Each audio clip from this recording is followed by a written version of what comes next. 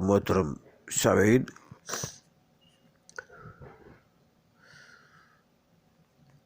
ایک اور ضروری گزارش یہ کرنی ہے آپ کی خدمت میں کہ آج لوگ حضور کے چچا حضرت ابو طالب علیہ السلام کے ایمان میں دنیا شک کر رہی ہے، مسلمان شک کرتے ہیں۔ انہوں نے اپنی زندگی میں کلمہ پڑھا نہیں پڑھا، اس پہ بڑا روز اول سے جو ہے صدیوں سے اختلاف کیے جا رہے ہیں، شک کیے جا رہے ہیں۔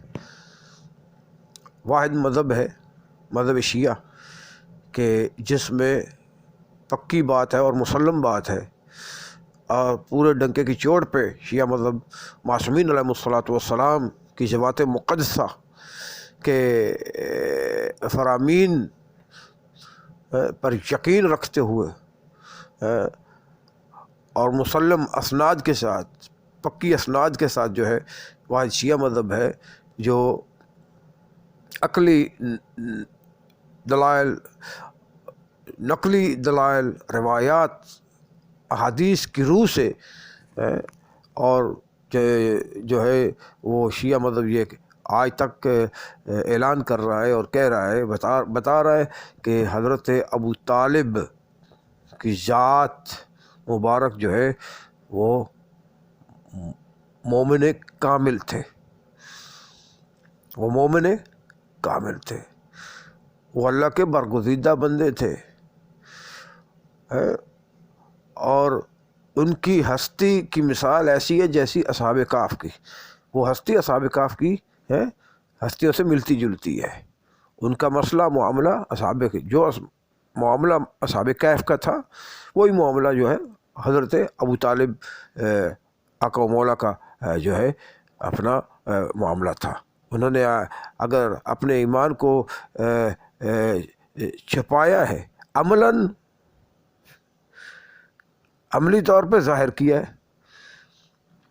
عملی طور پہ ظاہر کیا ہے، اور زیادہ تر کیا ہے پیغمبر کی حفاظت کے لیے، پیغمبر کی حمایت کے لیے، جبکہ پیغمبر کو بڑے نقصانات تھے، بڑے نقصانات تھے، نقصانات، خطروں کے اندیشے تھے، تو ان کو مد نظر رکھتے ہوئے حضرت ابو طالب آقا و مولا نے ایمان کو چھپائے رکھا، اس کا اظہار نہ کیا تاکہ میرے بھتیجے محمد مصطفیٰ صلی اللہ علیہ وآلہ وسلم کو کوئی آگے بڑھ کر نقصان نہ پہنچا سکے۔ اس لیے کہ آپ سید البطحاء تھے، بزرگ تھے مکے والوں کے، اور آپ کی بڑی لوگوں کو شرم حیا تھی، لوگ آپ کی بڑی شرم حیا کرتے تھے، اور وہ آپ پیغمبر کو آپ کا بھتیجا سمجھ کر ایک دم پیغمبر کے خلاف اٹھنا، یا پیغمبر کو کوئی نقصان پہنچانا، یا پیغمبر کو کوئی خطرہ جو ہے وہ پیغمبر کو کوئی نقصان دینا، تو ان کے کوئی خطرہ پیدا کر دینا پیغمبر کے لیے، تو ان کے لیے ان کے یہ بس کی بات نہیں تھی، اس لیے کہ ان کو معلوم تھا کہ کچھ بھی ہم نے کیا، ہم نے کچھ بھی کیا پیغمبر کے لیے تو ابو طالب پکی ڈھال ہے، پکی ڈھال ہے۔ اور انہوں نے دیکھا، پھر انہوں نے دیکھ بھی لیا، انہوں نے دیکھ بھی لیا مقام شیب ابی طالب میں، جب مکے والوں نے بائیکاٹ کر دی تو حضرت ابو طالب نے پھر وہی کیا جو کیا۔ 3 سال تک جو ہے حضرت ابو طالب پیغمبر اسلام کو لے کر، اپنی آل اولاد کو لے کر، آل عیال کو لے کر، اس میں کوئی غیر بندہ نہیں ہے، کوئی غیر بندہ نہیں ہے، سوائے یہ بائیکاٹ بنی ہاشم کے ساتھ تھا، بس صرف یہ بائیکاٹ بنی ہاشم کے ساتھ تھا، اس میں کوئی اور نہیں تھا۔ تو جناب ابو طالب نے وہ رول ادا کیا اور وہ کردار ادا کیا کہ آج تک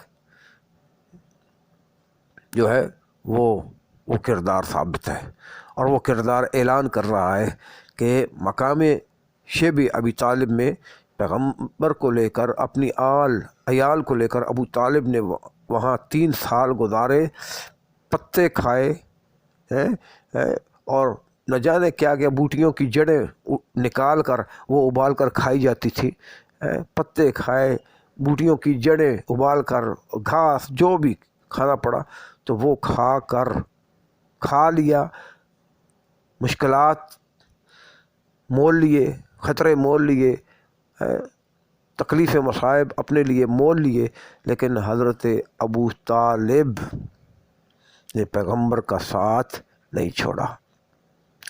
تو یہ سب بائیکاٹ کس لیے تھی؟ یہ سب بائیکاٹ کس لیے تھی بنی ہاشم کے ساتھ؟ پیغمبر کی وجہ سے، کہ پیغمبر توحید کا کام کرنے سے باز آ جائیں، پیغمبر توحید کا کام کرنے سے باز آ جائیں، یہ سب خطرے اس لیے تھے۔ تو واحد شیعہ مذہب ہے جو حضرت ابو طالب کے ایمان کا قلبی یقین تھا، قلبی یقین رکھتا تھا، اور آج بھی کیا ہے؟ یقین رکھتا ہے۔